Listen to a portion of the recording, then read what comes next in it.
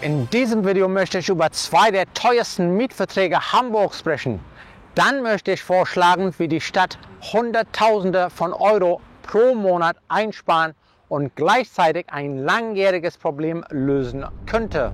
Ende 2026 werden die fast 1000 Mitarbeiter der Wirtschaftsbehörde, der Verkehrsbehörde sowie der Hamburger Marketinggesellschaft in die ersten 17 Etagen der begehrten Adresse Reeperbahn 1 einziehen, die sogenannten tanzenden Türme. Warum ist der Umzug notwendig?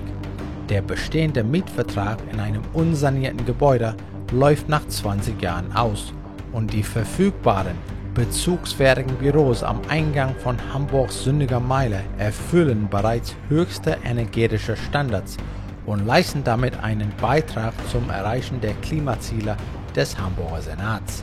Was kostet die fast 21.000 Quadratmeter große Fläche? Momentan auf St. Pauli liegt der Quadratmeterpreis für Gewerbeflächen zwischen 18 und 25 Euro. Doch diese sind meistens Indexmietverträge, die jedes Jahr steigen. Im ersten Jahr liegt der Quadratmeterpreis nah dran bei 21,90 Euro. Dann wird es jedoch schnell verrückt.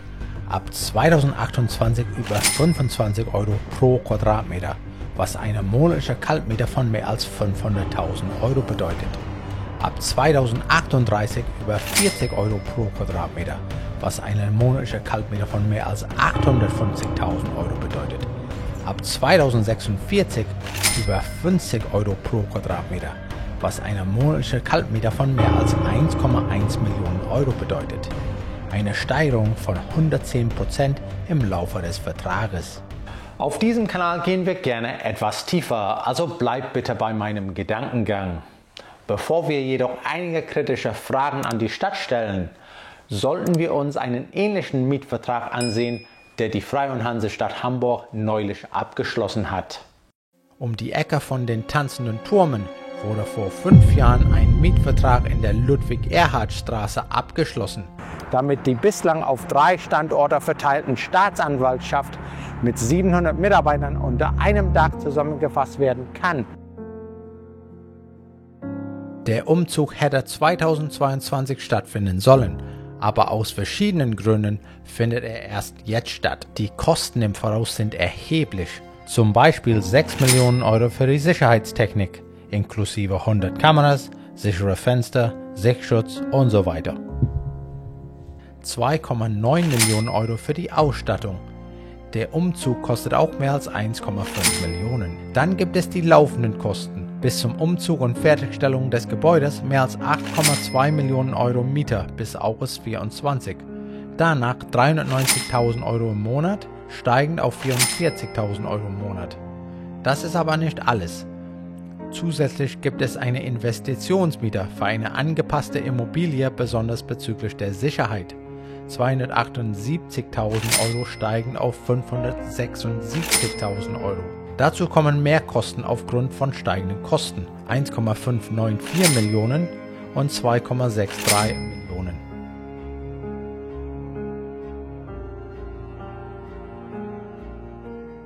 Die naheliegende Frage, die ich dem Senat gestellt habe, ist, warum die Stadt keine eigenen Büroflächen baut, um solche Mietkosten zu vermeiden. Für die Reeperbahn hat diese Frage eine besondere Relevanz, denn das Grundstück Spielbudenplatz 5 im Schatten der Türme liegt seit mehr als einem Jahrzehnt brach, seit der sogenannte Esso-Häuser-Komplex 2014 aus Angst vor dem Einsturz abgerissen wurde. Trotz jahrelanger Planungen für ein sogenanntes Paloma-Viertel wollen die Eigentümer das Grundstück nun verkaufen, anstatt es aufgrund der veränderten Marktbedingungen zu bebauen. Hier ist die Stellungnahme der Finanzbehörde zu diesem Thema. Die Freie und Hansestadt Hamburg hat ein breit aufgestelltes Immobilienportfolio aus Eigentums- und Anmietobjekten. Grundsätzlich sind es Einzelfallentscheidungen, die nach wirtschaftlichen Aspekten und den Nutzerbedarfen getroffen werden, ob ein Gebäude angemietet, gekauft, saniert oder neu gebaut wird. Und zum Thema Bürogebäude?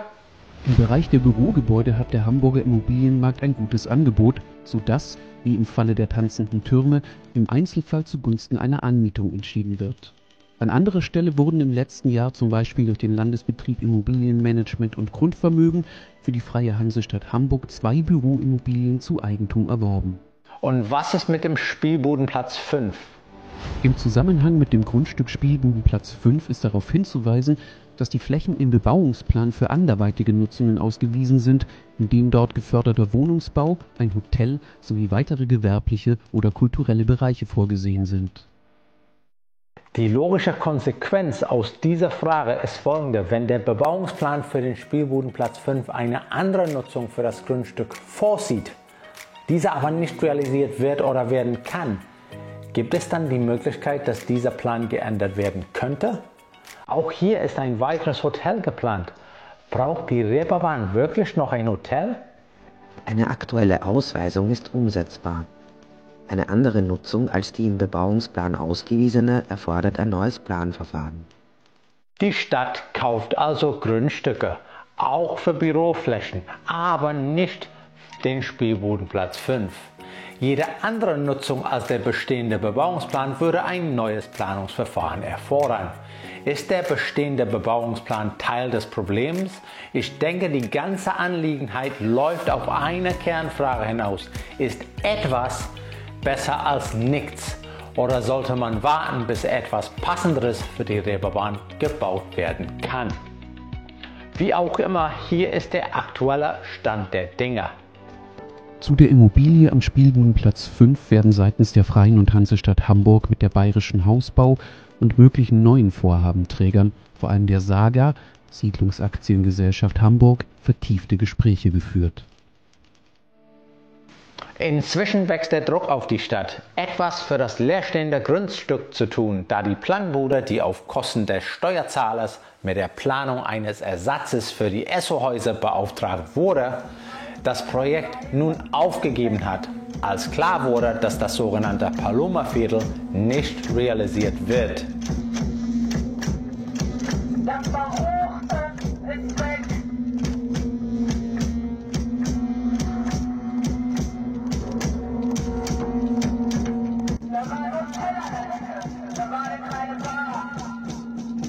Was haltet ihr von den Mietkosten der Stadt für ihre Behörden?